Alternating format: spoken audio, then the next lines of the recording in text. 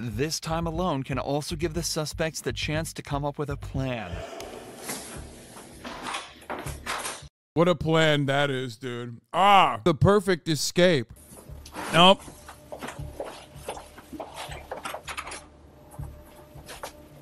There ain't no way he did that. There ain't no way. What? Bro? I'm sorry. What? Hello? I need to go. And corrupt cops are everywhere, but what happens when they actually get caught? I can't believe what you're telling me. Here are 5 shocking examples of when evil cops realize they're going to prison. I love that there are so many fucking cops that go to jail for being insane that they literally, that we haven't even stumbled upon the same stories being told again.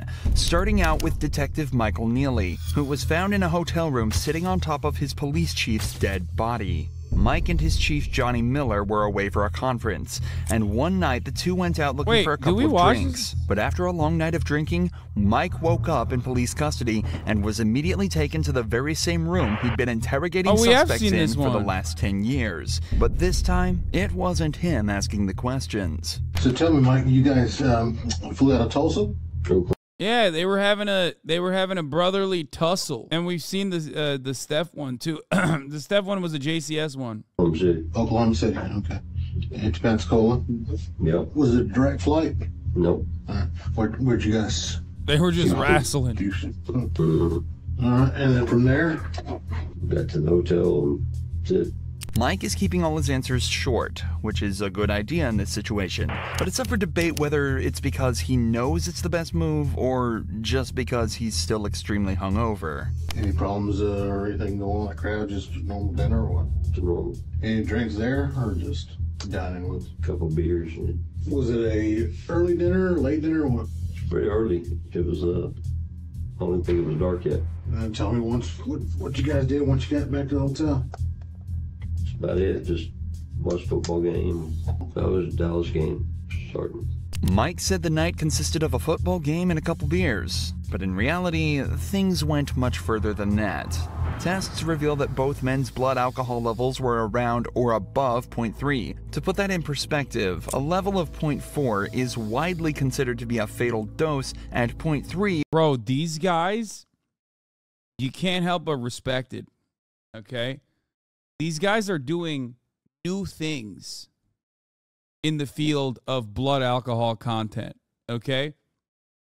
Like these guys are, they're pumping 0.3 on a minimum. Every cop video that we watch, they're teetering along the edges of alcohol poisoning that leads you to death from respiratory failure. What's going on? These fucking piglets, man.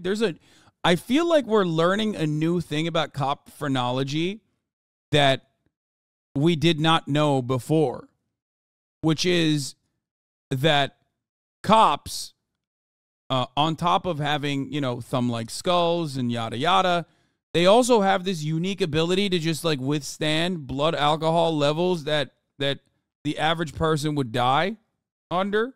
It will likely result in alcohol poisoning, a condition that can lead to death and loss of consciousness. Either way, both men will have been completely out of control of their own emotions and actions, likely leading to the horrifying events that occurred that night. Do you remember hotel staff or a hotel employee coming up and telling you guys to keep it down? I don't remember that. So what is the last thing you remember as far as that evening until the football game? I mean, I know you're asking me questions, but can I ask you a question? Absolutely. Okay, homicide. Who is dead? Dead. Dead. Yes, sir. I guess I probably don't have anything else to say then. I've got nothing to say to you. Mike was in. Oh my God! No wonder why they're so afraid of fentanyl, dude. Awfully suspicious that they're afraid of fentanyl because like they have so much blood alcohol. Like, they have so much alcohol. Awfully suspicious. They don't want to be around lighters either because they're afraid that they're just going to engulf in flame. Just like, can't be around lighters and can't be around fentanyl, okay? I'm not trying to die. That's why, bro, that's why they get panic attacks? Yeah. I got panic attack. I'm around fentanyl and I'm drunk as a skunk right now, brother. I'll fucking die. Feared from alive. Initially told he was brought in for a homicide investigation, but only now told that it's his police chief Miller who died. Remember, Mike was so drunk last night that he almost certainly doesn't remember a thing. So knowing how bad his current position is, he decides to invoke his right to silence, telling the cops that he's got nothing else to say. But these are trained detectives, and they're about to put all their years of experience to work. Michael, you've been charged with second-degree murder. Okay. I had no idea what I was being charged with. Yeah, you're being charged with second-degree murder, and you're fixing to be booked in the Escambia County Jail with no bond. And we've already notified your wife. Okay. And the victim, yes. I'm assuming. Yes. Okay. You have any questions for us? I mean, I've got 1,000 of them, but I mean, really doesn't make it. Well, I mean, sure it does. I mean, if you want to talk, we'll sit here and listen to you talk. I mean, we'd love Kind of fucked up that they wouldn't blur my man's feet, but they blurred his knees. I don't know what's going on there. to know what the heck happened. But I mean, that's up to you. I mean, we'll answer your questions, in return. So I would love to know what happened to, Well, I mean, do you want to continue to talk to us? If you do, then I mean, we'll tell you what happened. I mean, I would love, I would like to know what happened, because I'm telling you, I don't have any memory of any of this shit, and I'm shocked. Do you want to continue talking to us? Yeah, I mean, I'll continue to talk. I'd like to know what happened. The detectives used two techniques here to persuade Mike into staying with them. First, they're reminded of the position he's in, almost threatening him with the punishments he's immediately facing. Then they ask if he has any questions for them. Obviously, given that they know Mike has no recollection of the previous night's events, he'll be scrambling to figure out what happened and if there's any way out of it for him. Imagine you woke up in a jail cell being told you're going to prison for killing your boss while blackout drunk. You do everything you could to piece together that night's events. Mike is now starting to realize that's his only option. Watch how his demeanor changes as he starts to almost join in his own investigation. I'm trying to get you to figure out what's the last thing you remember. Mm-hmm. And if the last thing you remember was watching football, do you remember drinking? Yeah. Okay. Were you drinking the vodka? Yeah, I drank some vodka. Okay. Yeah. So, Mm-hmm. well, the first call came a little bit after 6, I believe. One of the guys that was in the room next to you didn't say you guys were arguing, just being loud, just laughing, yelling, probably. So the next noise complaint came out about 9 minutes till 10. This time he can't get anybody to come to the door. All he hears, he's knocking. He hears just grumbling, grunting, uses his car to get in, is on the ground between the bed and the wall. You are sitting on his chest. His face is beaten.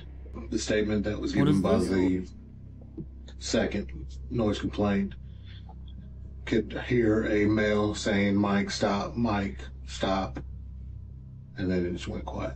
Mike reiterates that he's got absolutely no memory of this and had no animosity towards Miller at any point.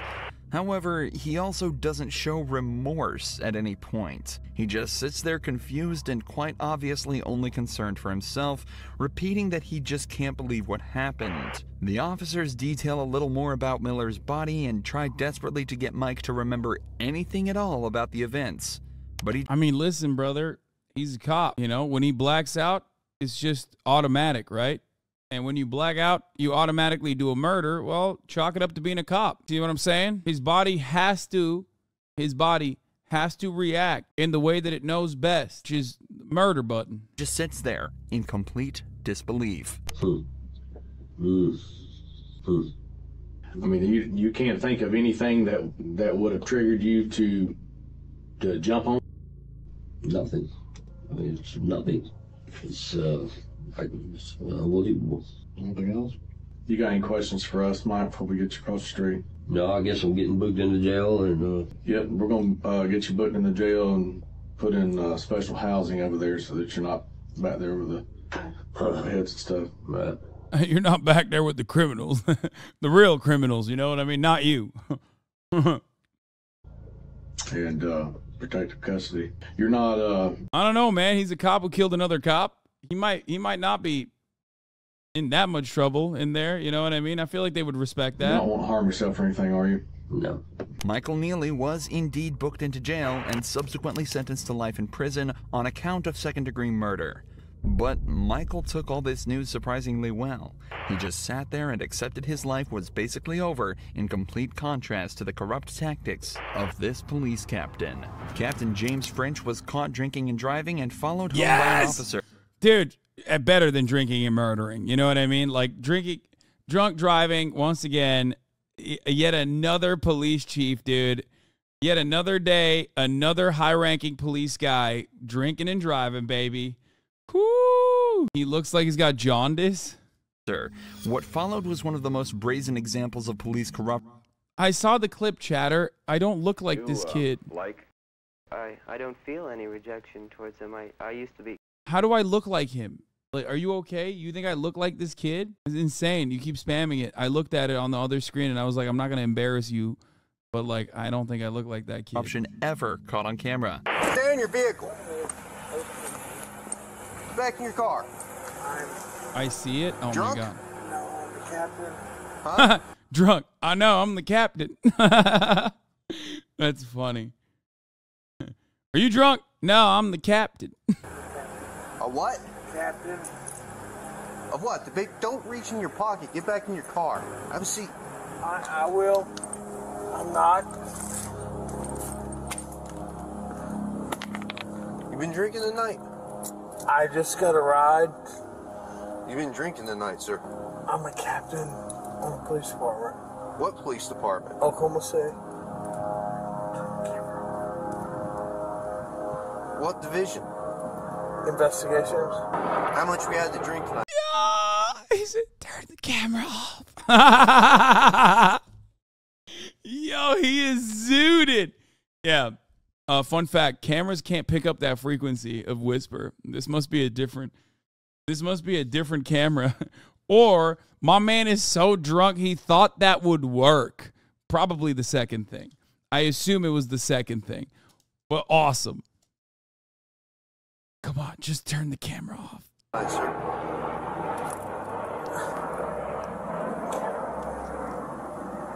Please. Huh? I'm not turning my camera off. Okay. What? He laughed in his fucking face. I'm not turning my camera off. No, it's not a good cop, chatter. I don't think you understand. No. Chat. It's over. You can't turn the camera off. There's no salvaging that. If he turns that off, he's fucked, okay? If he knew ahead of time that this was like a captain, like a police captain, maybe he wouldn't have approached it like this, but even then you have dashboard footage. You can't, like, it's just like the other situation in New Jersey where the cops are like, listen, we don't want to do this to you, but like, you're fucking cooked. Like, we're cameras on. Like, I can't do anything. Okay. This guy isn't just drunk. He's absolutely hammered, even to the point They turn cameras off every day. Yeah, brother. They do. Before they fucking go into, like, apprehend someone. You know how many times they actually, first of all, here's some fun facts. Usually, I mean, this changes by jurisdiction to jurisdiction, but I'm pretty sure you get, as soon as you turn your camera off, the camera doesn't actually stop recording, okay? The camera is always on 30 seconds before and 30 seconds after the camera is actually turned off. So cops have literally gotten caught turning their camera off to plant evidence and then only to go back and be like, oh, I found evidence. This happened in Baltimore before where it's like automatically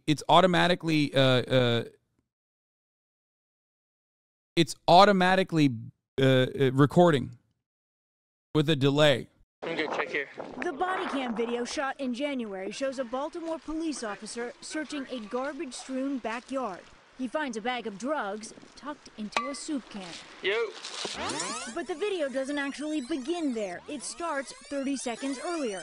Officer Richard... Yeah, quite literally a 30-second... it's rolling footage and the camera is turned off. It says that 30-second roll. Yeah. If you turn your camera off and arrest a police captain, you're so fucked for the rest of your career. Well, if you turn your camera off and don't arrest the police captain and it fucking...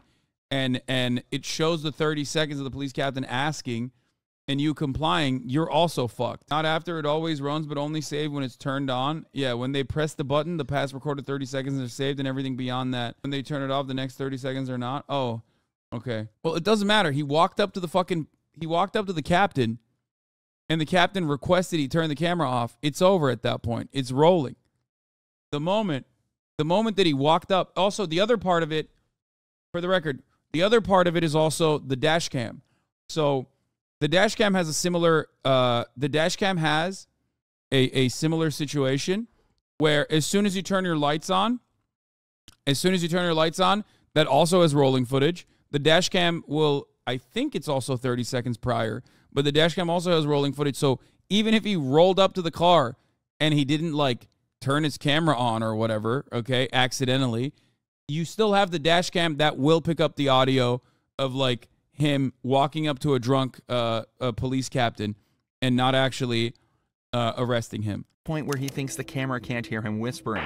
But despite the captain's pleas, the officer refuses to turn off his camera and continues with the investigation. Go ahead and step out of the vehicle. You gotta be kidding me. How much we drink tonight, sir? I was at a poker game. Uh-huh. Because you're swerving all over me when you turn off. Yeah, there you go. That means that he was following him. He was swerving all over, which means that the fucking dash cam footage would reflect that, which means that if he walked over there with his camera off and then didn't end up arresting him, like, that would be pretty suspicious. Signal. I'm sorry. How much you drink at your poker game? Not much. Not much? How much is not much? I don't know. Beer? Liquor? Yeah. How Beer. many beers? 3 or 4. 3 or 4? How long ago was that? It's been going on a while. How long ago did you drink your last beer, sir? What time is it now? It's 0140. Midnight. You think you should drive it? No, but I came from 4 blocks. Your mom lives here. I live here. You live here? Yes. Come over to the rear of your vehicle. Okay. You got any weapons or anything on you? I do not, sir. Those must have been a strong few beers, as not only was he stumbling over his words, but apparently also swerving across both lanes on his way home. The captain is then searched and told to stand in the open where he's tested on his balance and sobriety. Hands down by your side, please.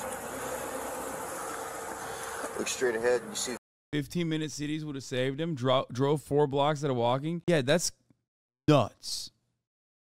I mean, he's probably exaggerating. He's probably lying. He probably drove longer than 4 blocks. But if it's 4 blocks, that's offensive, okay? you tip my pin, sir? I do. I want you to follow tip my pin without moving your head, okay? Come over here where it's a little bit more level. I'm going to demonstrate for you first. While I'm demonstrating, I want you to stand with your feet together, hands down by your side, just like this. All right, sir? What's your name? Matt French. Matt French. Mr. French, stand just like that for me. When I tell you to begin, okay, I'm just going to demonstrate for you first. I want you to pick a foot of your choosing. It doesn't matter if it's your left or your right foot. I'm familiar. And I want you to lift it approximately 6 inches off the ground. And while you look at your toe, I want you to count by 1,000. It's 1,001, 1,002, 1,003, 1,004, 1,005, so on and so forth until I tell you to stop. At any point in time you lose your balance or your foot touches the ground, just go ahead and pick your foot back up and continue to count, okay?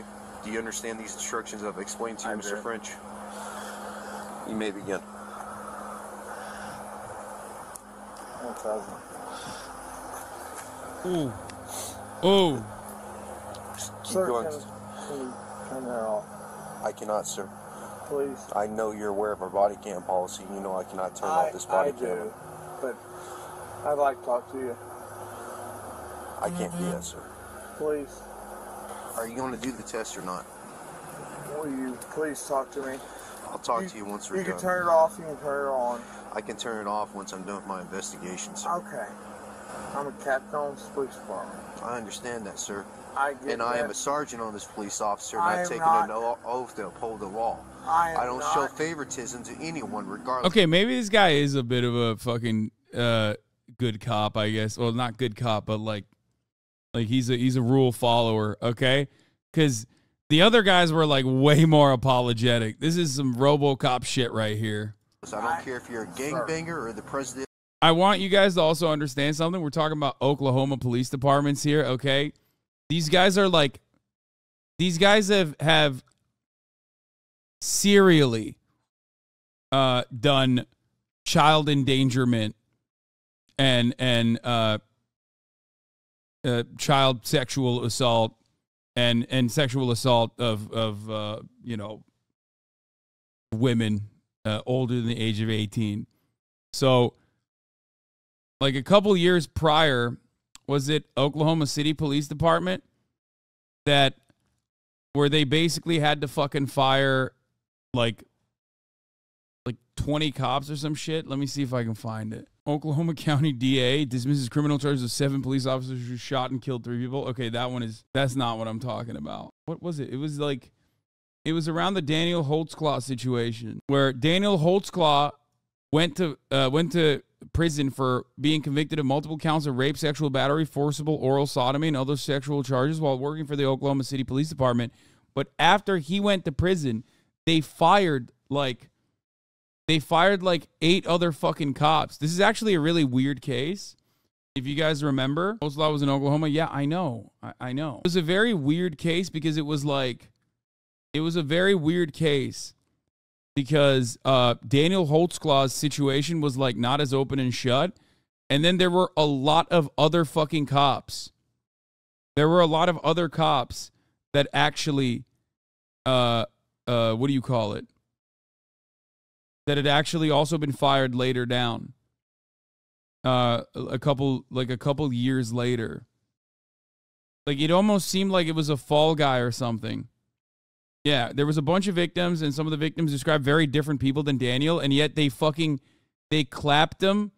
They clapped him for all of the victims. And he was like a bit of an interesting case because he was like what do you call it? He was a really interesting case specifically because conservative columnist Michelle Malkin has written about the case and has repeatedly argued she believes Holtzclaw is innocent, arguing that the forensic evidence backs his claims and the story he provided, not the accuser's versions, and that the investigators chose not to perform several tests she characterized as routine. Malkin debuted her first and second episodes. Jason Flom, a founding board member of the Innocence Project, dedicated an episode of a wrongful conviction podcast that is interviews with Holtzclaw, his sister, and a biologist who claims to have detected errors in the prosecution of the case. He could have been the fall guy for like basically a rape ring inside of the Oklahoma City Police Department. Like that's what it felt like a little bit. Especially because they fucking fired they fired so many cops.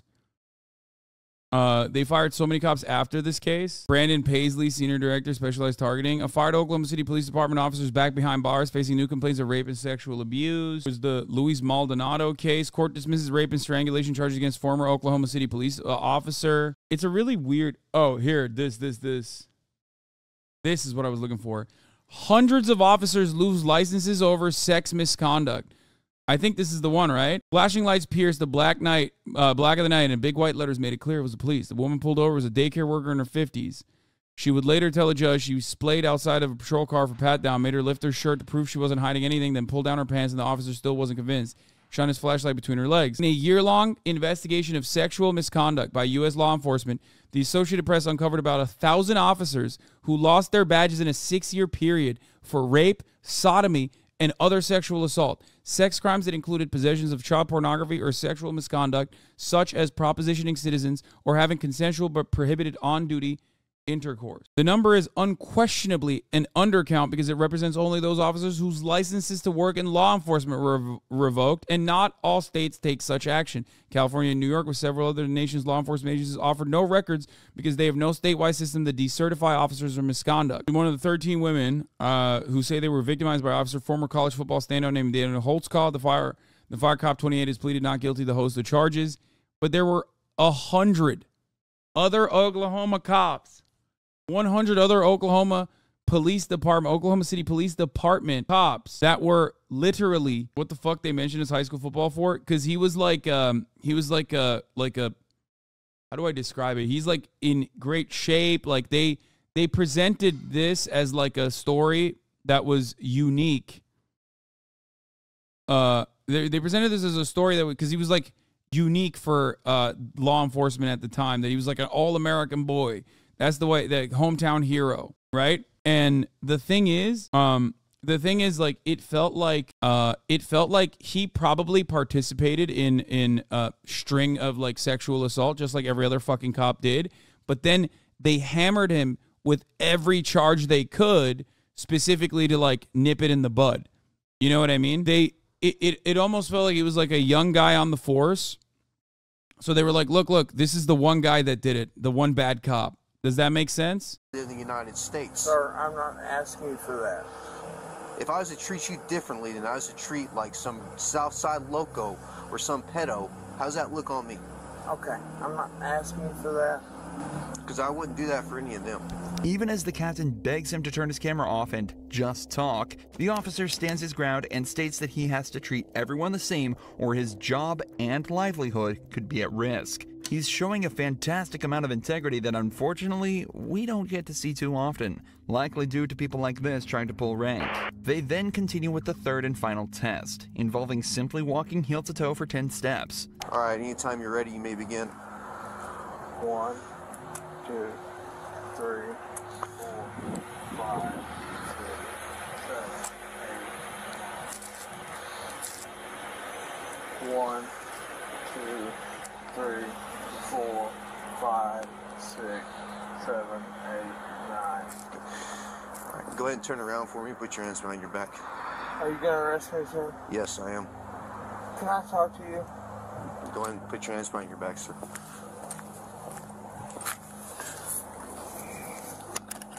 Now that the investigation is concluded and the perp is placed under arrest, the officer turns off his camera and returns the captain to the police department. Not only was he suspended from his position as Oklahoma police captain, but he was also hit with the regular punishments for DUI, likely amounting to a small fine and a few months in jail, a punishment that Stephanie Lazarus makes look like absolutely nothing. After decades of investigations, DNA evidence revealed that Stephanie was very likely the culprit of a murder committed in 1986. Because of the high-stakes nature of the case, the detectives made sure to meticulously plan this interrogation. Stephanie was a really successful detective herself, and she had recently received recommendations for her good work on a theft case.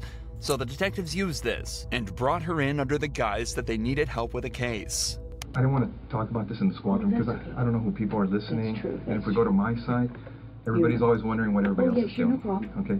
An interrogation room is a strange place for such a conversation to take place, so to put her mind at ease, detectives told her this was the place they'd least be likely to be overheard, as the case details were strictly confidential. Sherry Rasmussen's body had been found at her home after being shot 3 times. At the time, police suspected the murder was a result of a burglary gone wrong, but the case went cold when they couldn't identify the suspect. However, 23 years later, when revisiting the case, detectives found evidence that led them towards Stephanie, a girl who had been trapped in a love triangle. Oklahoma City Police fired 44 officers for sexual misconduct. Represents 3.5% of their entire force of 1,235 officers. Nah, don't skip. Okay. Sherry and her husband, John Rutten. So the detectives decided to bring up John's name to see how she'd react. Were you guys friends, close friends? Yeah, we're very close friends. I mean, what's this all about? It's a case we're working on. It involves John, and in there's notes and stuff that he knew you and stuff. Oh yeah, I mean, we were good friends. Lived in the dorms for 2 years. Was there ever any relationship or anything that developed between you guys? Yeah, I mean, we dated. You know, I mean, what's this all about? Well, it's relating to his wife. Both the detectives and Stephanie have tried to seem as friendly and relaxed as possible around each other, but Stephanie is obviously starting to get very anxious at this point. Even though the detectives gave a somewhat believable excuse. This might literally be the first JCS I ever reacted to, actually.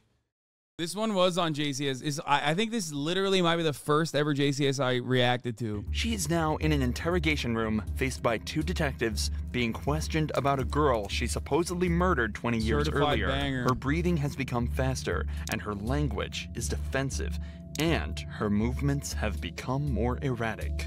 And you're right. I mean, if you guys are claiming that I'm a suspect, then, you know, I got a problem with, you know, with that. Okay. Okay? So, you know, if you're doing this as an interrogation, you're saying, hey, I'm a suspect. Well, now I got a problem. Her with, eyes. You know, now you're accusing me of this? Is that what you're saying? Obviously, you know about all the DNA stuff and things of the nature that, you know, gets done on cases nowadays. You know, if we asked you for a DNA swab, would you be willing to give us one? Maybe. Because now because now I'm thinking I probably need to talk to a lawyer. Stephanie chooses to provide DNA evidence, hoping her willingness to help out would ultimately prove her innocence. But, unfortunately for her, just 5 minutes later, the detectives decide they've heard enough and put her in cuffs. Months later, after a long and arduous trial, a decision was made by the jury. We, the jury, in the above entitled action, find the defendant, Stephanie Eileen Lazarus, guilty of the crime of murder of Sherry Rasmussen. We further find the murder was of the first degree. Stephanie was sentenced to 27 years in prison after being hit with a single felony charge of first-degree murder. But to this next cop, Jalen Fleer, a single felony charge looks like child's play. Oh! I remember this one too. This was a recent one. This guy was like trying to fuck minors. Yeah, look. Children under the age of 14, pandering children under 16, and engaging in the child under the age of 16. A few months later, he was sentenced to 12 years in prison, a fraction of the amount. That's a pedo cop. Pedo cop. Like RoboCop, but Grant Hardin received after a murder investigation led to the shocking discovery of a crime committed over a decade earlier. Grant has been apprehended on suspicion of murder, but the secret he was hiding would end up making him so desperate, he would try everything he possibly could to escape. On the 23rd of February, James Appleton had pulled into a parking lot on Ganridge Road to take a phone call with his brother-in-law. Suddenly, a loud banging sound was heard over the phone, and the line went dead. A passerby had spotted a white Chevrolet Malibu parked behind James's car that immediately sped away after the loud noise. When the passerby went to check on James, he was lying dead at the wheel. He said rogue build. Lock picking +1.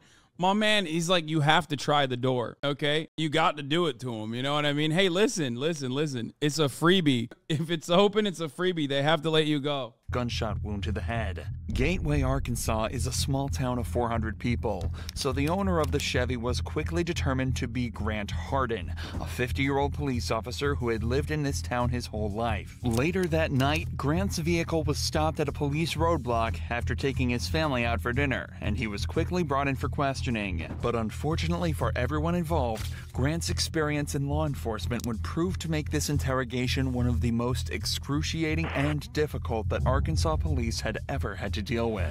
I'm Detective Chamberlain. I know we haven't met. James Chamberlain. Okay, yeah. Did you used to be a police officer somewhere? Or, I recognized you, but I wasn't 100% sure where I knew you from. But somebody said that you used to be a police officer in Gateway or something like that. Okay. The interrogation begins casually as Detective Chamberlain opens with questions about Grant's career. As they're both police officers, he assumes he can strike an immediate middle ground with him, building trust between them and hopefully getting him to relax so he'd give up information easier. A strategy that he'd soon find out had the opposite effect. Grant is then read his rights, but decides this is where he's going to start making it difficult for the detectives. Here's the thing. I want to talk to you about what you've done today, okay? Can you just take me through when you woke up this morning to when you got stopped by the police out there in, what's the name of that road you were on? I'm sorry, I'm going to drop. Gantt Ridge? I'm not going to say anything after I've been read those rights yet. Okay.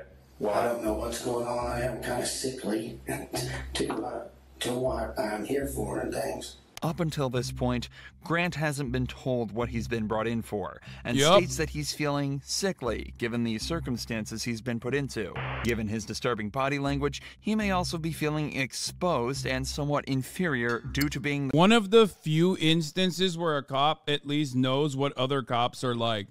Because we've watched plenty of examples of fucking cops getting arrested, and they literally always forget.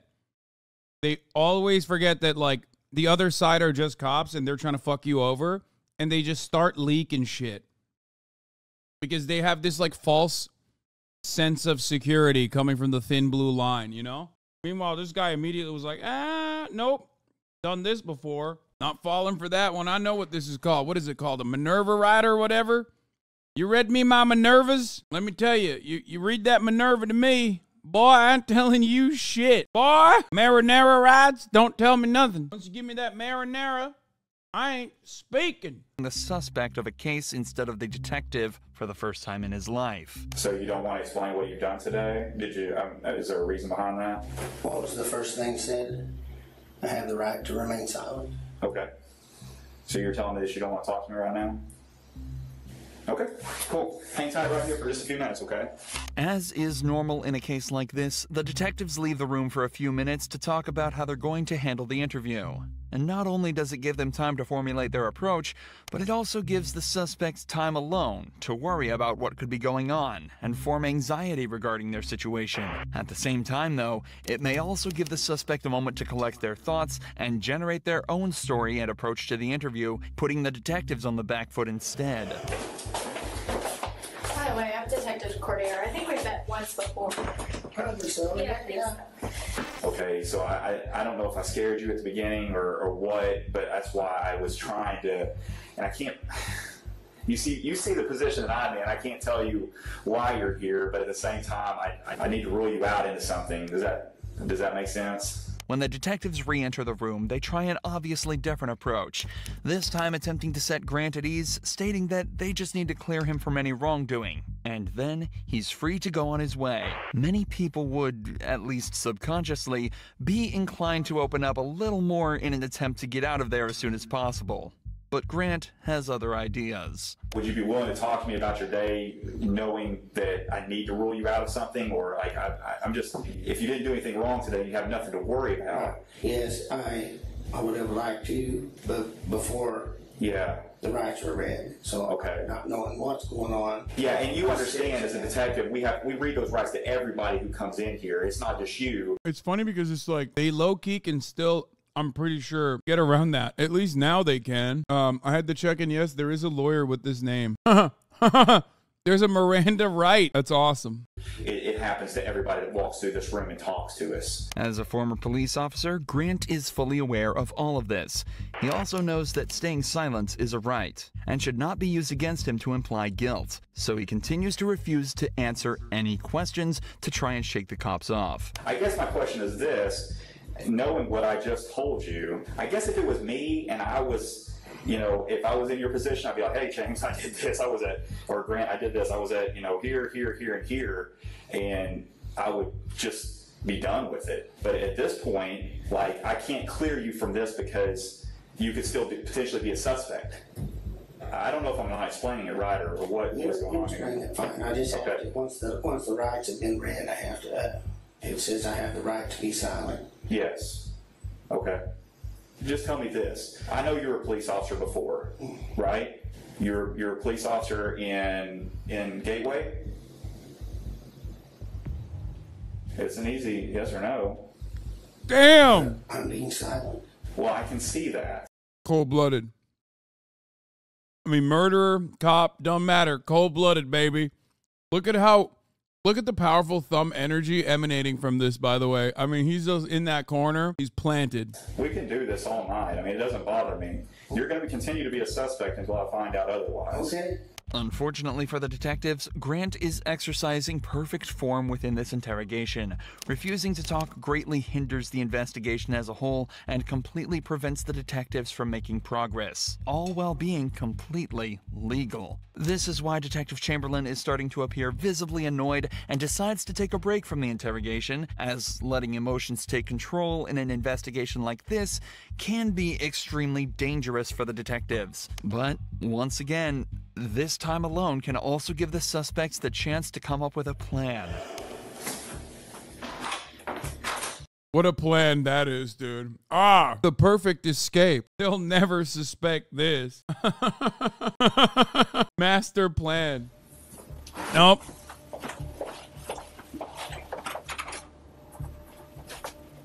There ain't no fucking way he did that. There ain't no way. What? Bro, I'm sorry. What? Dude, are you joking? I was gonna laugh. I was just making fun of him for trying. Turns out it's a fucking brilliant move. Bro, we're gonna run that back.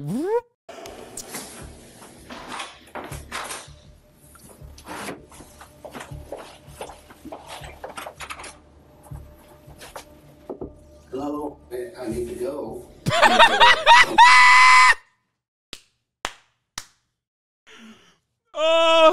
Oh, the second door. Never mind. Okay, persuasion check. Persuasion check. Let's see. Or get ready for work in a little bit. Okay, we'll just have a seat and I'll get it for you. Okay. Okay. All right, thank you. Hey, Brian. Wait, what? The other officer told me you want to talk to me again. What's going on? I'm just ready to go. Okay. And I'm not ready for you to go yet, so you're not going to be able to go. I've got other things that I'm doing right now, so. I was gonna go. Oh, no, you're not going going to go. Okay. Yeah, no, you're not going to go. But I want to. Okay. Perfect. Thank you. Oddly enough, in many other investigations like this, now is around the time where an officer may attempt to come to a decision regarding the suspect.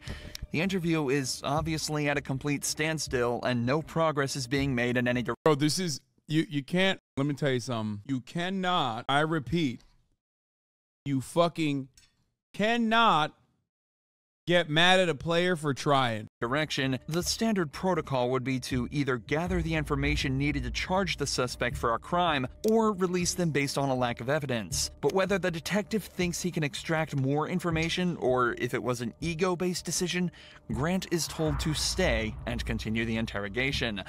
The police then try to take some time to piece together more of the story, talking to witnesses to try and place Grant at the scene of the crime. Despite his silence being perfectly legal and acceptable, it greatly increases the detective's suspicion towards him. Suspicion that's only heightened when Grant's wife says that his only alibi was that she thought he was spreading grass seeds at the time of James's death. All signs point towards Grant, and Detective Chamberlain goes back in for round 3. Detective Cordero is talking to your wife right now. I talked to her a little bit. So I kind of got a timeline of where you were and where you weren't today. We all know what happened, okay? I'm not trying to get you in any trouble.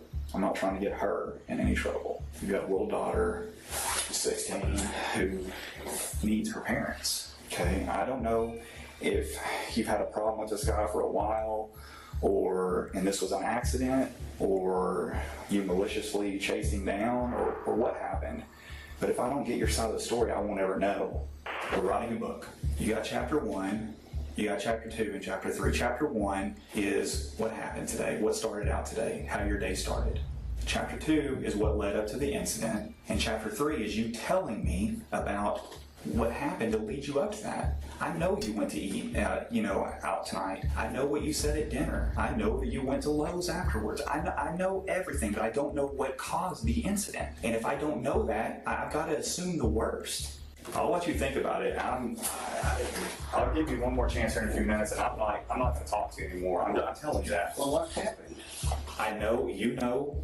We have witnesses that put you there. They physically ID'd you. The 2 cars that drove by. Look, man, I'm not. I just want to know why it happened. I'm going to sleep good tonight. Dude, he is so bad. God.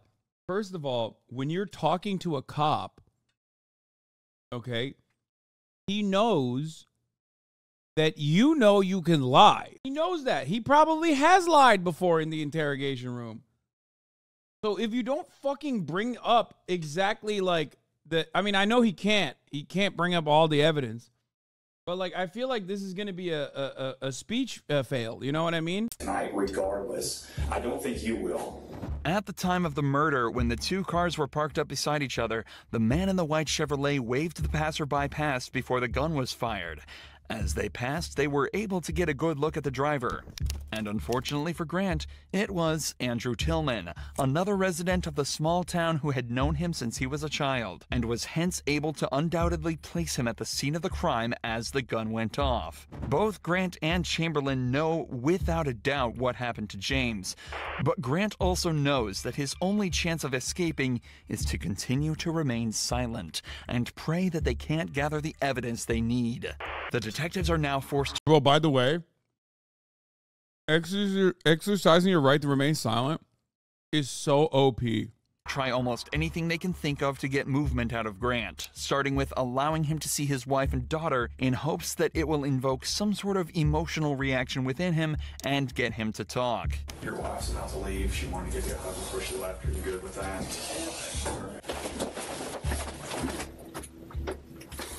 Me too. Okay. All right, I'll be back in a few minutes. Thank you. Unfortunately, even this doesn't work. So instead, Detective Cordiero decides to return alone with a more calm and sympathetic demeanor in a second attempt to build trust with Grant. Often, male suspects are more likely to build a subconscious connection with female detectives due to them often thinking that they're less threatening and more understanding. Realistically, this is the last option the detectives have. All right. Get ready to think about laying down up on that desk. Yeah, it's a classic good cop, bad cop, dude. Also, another OP strat. This is the cops' only OP strat that they have. It's the chud technique, kind of like the top of the hour ad break technique, which comes at the top of every hour. It's deployed, whether you like it or not. However, there are things you can do to avoid the top of the hour ad break. That is, of course, subscribing for $5 or for free with the Twitch Prime.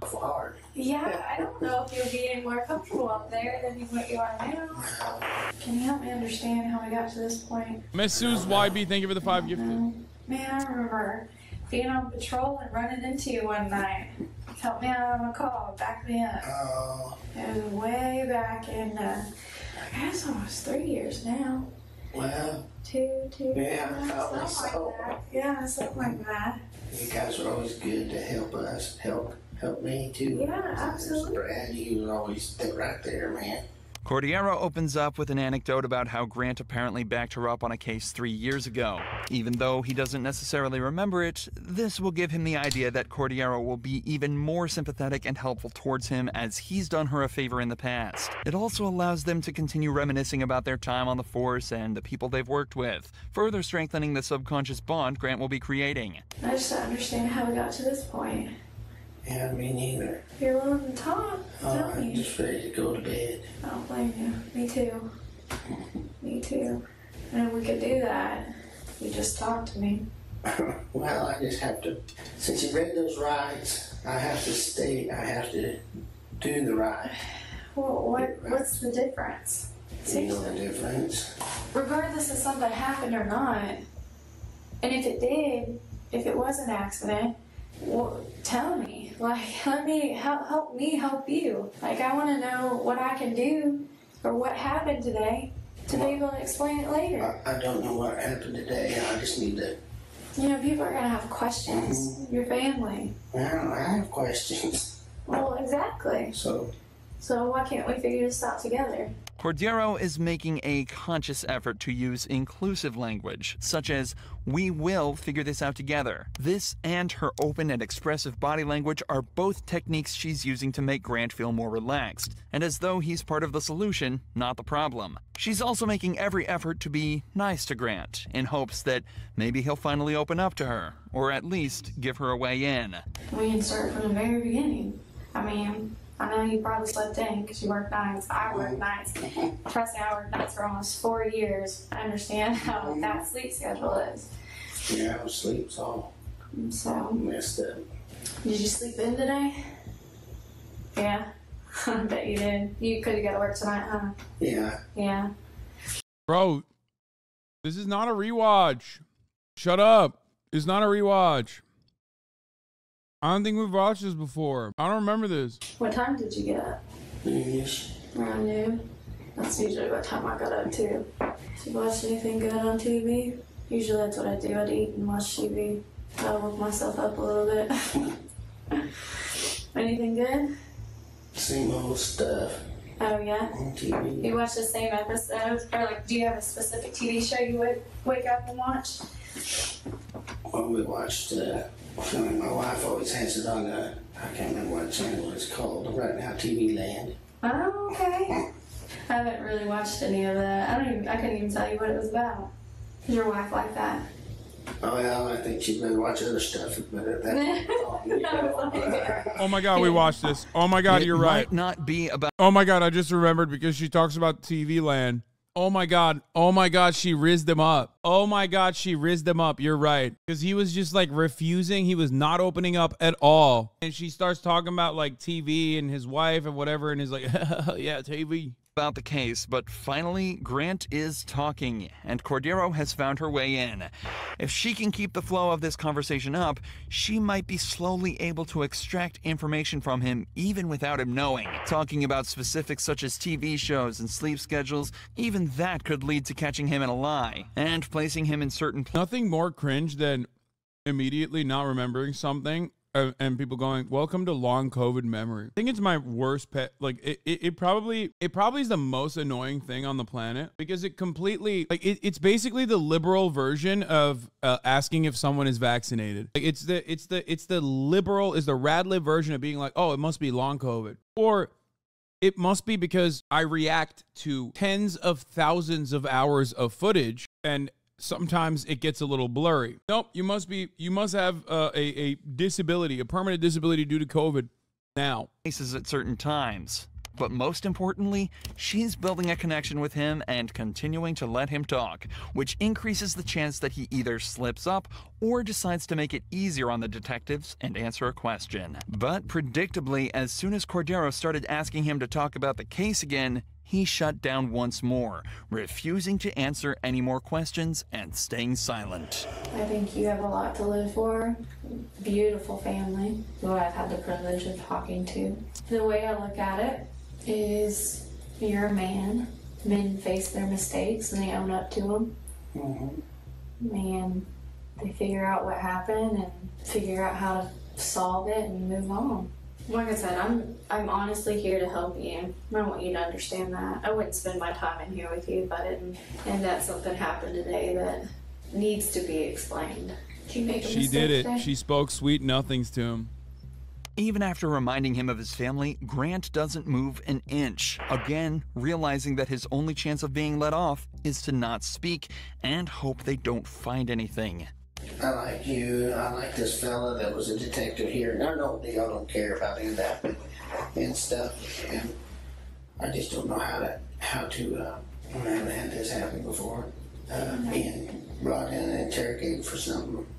So I don't care, but I just don't know how to be silent. Sitting over here looking like a jerk. No, you're not. That honestly. He's like, I know how you are. I know how y'all are. I was one of you. You know, I had to be silent in here. You were far from that. You're very polite.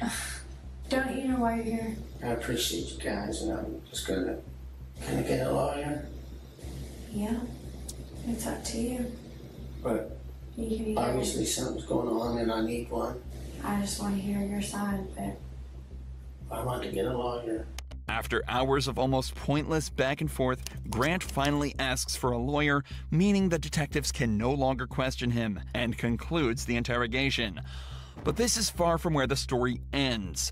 Between this interrogation and the final court hearing, Grant and his lawyer both realized that there was simply no way he was going to be released scot-free. Not only was there a man at the scene of the crime who all but saw him pull the trigger, people were also starting to realize that he'd actually either been fired or resigned from 3 different police force jobs before becoming the chief of police in his hometown.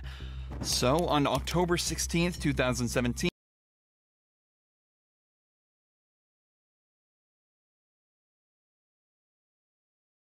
Come on, man. It takes this guy murdering somebody in fucking broad daylight for people to be like, wait a minute, let's check his LinkedIn real quick. Oh, shit. I fucking told you, man. It has nothing to do with what he did on the job. He was destined to be a police chief. You want to know why? You want to know why he was destined to be a fucking police chief, dude?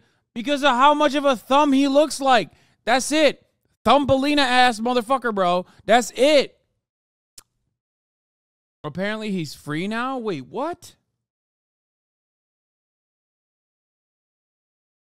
What is this? There's also information about video games?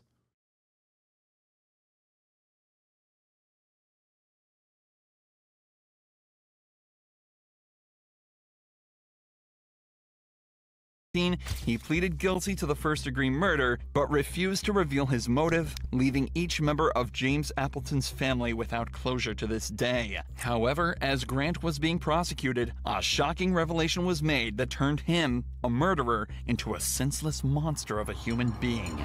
As his DNA was being taken, they realized it was already in the system, under an unknown name, for a crime committed almost 20 years ago.